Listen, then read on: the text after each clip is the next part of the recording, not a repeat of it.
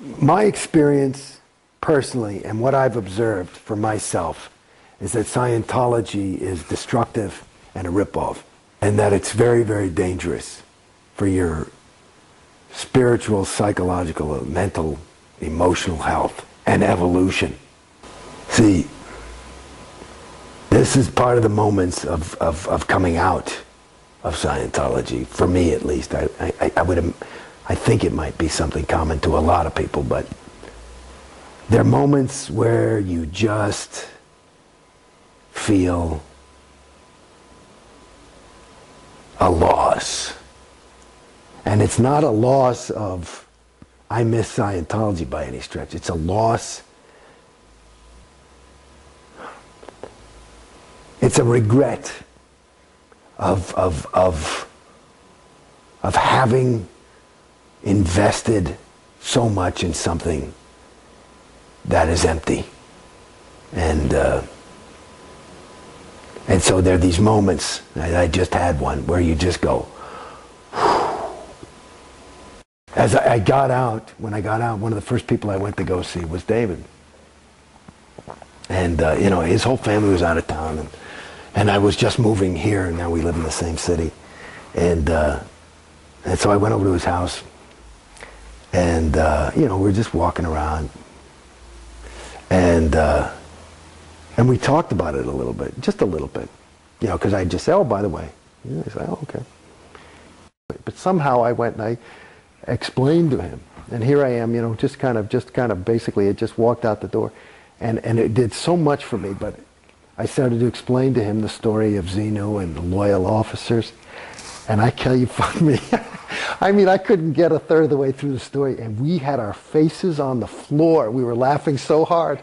I mean, you couldn't even talk. You was just, because it's retarded. You know, it's a funny thing in Scientology. You feel as though you're waking up to the truth, the reality, or what really is. But what you're doing is waking up to the reality of Scientology. Can you imagine what it would be like to have a person at your beck and call and complete disposal, your slave, who not only was a slave by force, but by you know, you've got them by the mind, not the balls. You got them by the mind. So they're in love with you, devoted to you, to do whatever you want for their entire lifetime. Okay? And you can just get them, so they're working, let's say, I mean, just a person working 100 hours probably is what the average Sea Org person works a week. I'd say about 80 to 100 hours a week. What's the minimum wage on that? Is, you know, I mean, it's not even minimum wage shit. I mean, they build the buildings. They do everything. High-tech stuff. I mean, is it worth at least $75,000 a year?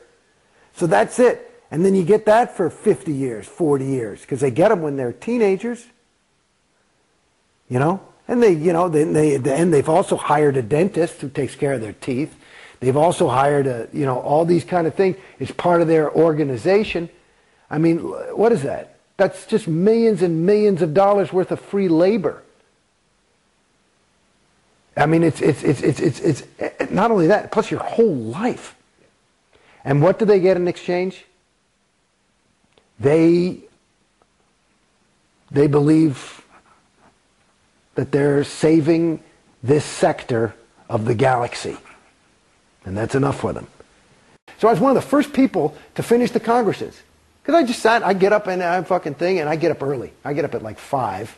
And I just get up and I take the dog and I'd go and I'd listen to 3 tapes and walk for an hour or 2 and do the thing. And so I got through the Congresses. And the Congresses are part of what got me out of Scientology. Because if you listen to those fucking Congresses, it goes like this. Hi everybody, I'm LRH. I'm very happy you're here. Listen, I've got great fucking news. We've got clear handled. And he'll do this thing, and it's this new technology, and here's the realization, and this is foolproof, and this is it. And that's it, and now welcome to 1964.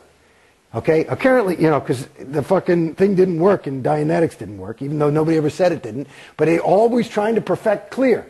Then the next Congress, and there were, what, 20, 30 of these fucking Congresses? Maybe about, I don't know, 200 hours or some shit. Every fucking Congress is, I got it now we've got clear handled. We finally got clear. And this is going on over, I'm listening from 1964 to like 1970, and they still haven't fucking handled clear, but they're selling you clear. And you go to their museum, it's all the Sykes are bad, the Sykes are bad, this is a bad thing, and Hitler, and they're responsible for child pornography and rape, and it's all the Sykes.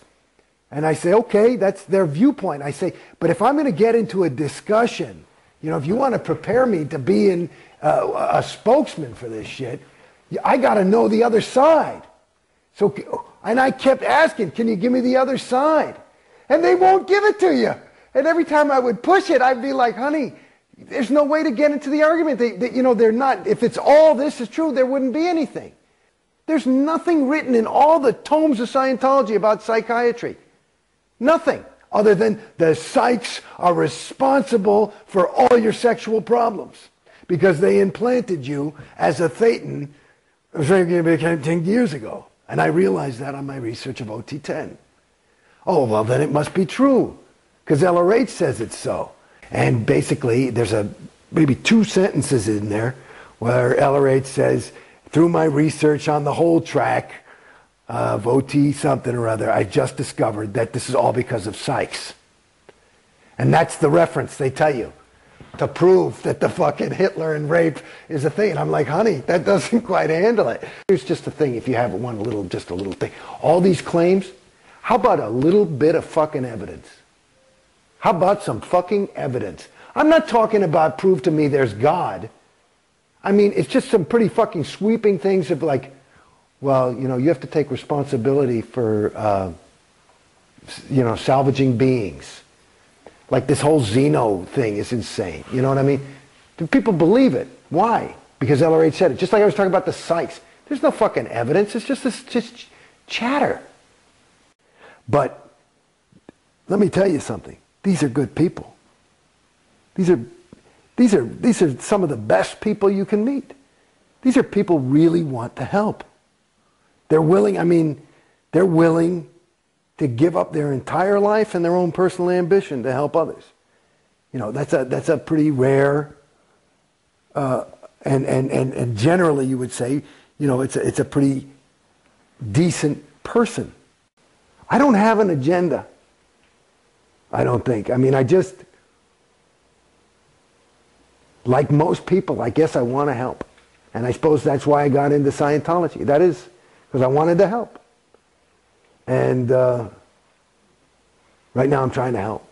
And I know that the Scientologists are trying to help. They're just trying to help. I think that's what most people are trying to do, is they're just trying to help.